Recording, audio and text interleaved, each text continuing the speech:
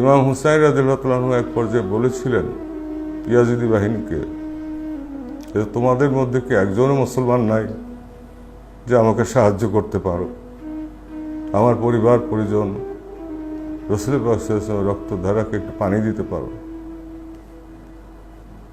এবং তিনি এ কথাও বলেছিলেন যে তোমরা কি রাসূল পাক সাল্লাল্লাহু আলাইহি ওয়াসাল্লাম আমার নানা যান, তেনার কথা সম্পূর্ণ ভুলে গেলে? তিনি কি বলেন নাই আমি বেহেশতের যুবকদের সর্দার? তিনি কি আহলে বায়াতদের মহব্বতের কথা বলেন নাই? কিন্তু কোনো কিছুই তাদের হৃদয়কে স্পর্শ করে নাই।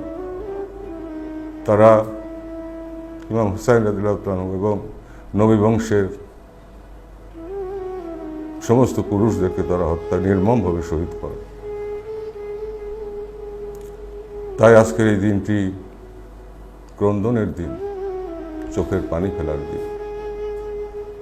যারা রাসূল পাক সাল্লাল্লাহু আলাইহি ওয়াসাল্লামকে ভালোবাসে এবং আহলে বায়াতকে ভালোবাসে, তাদের হৃদয়ে আজ ব্যথা, তাদের চোখে আজ পানি,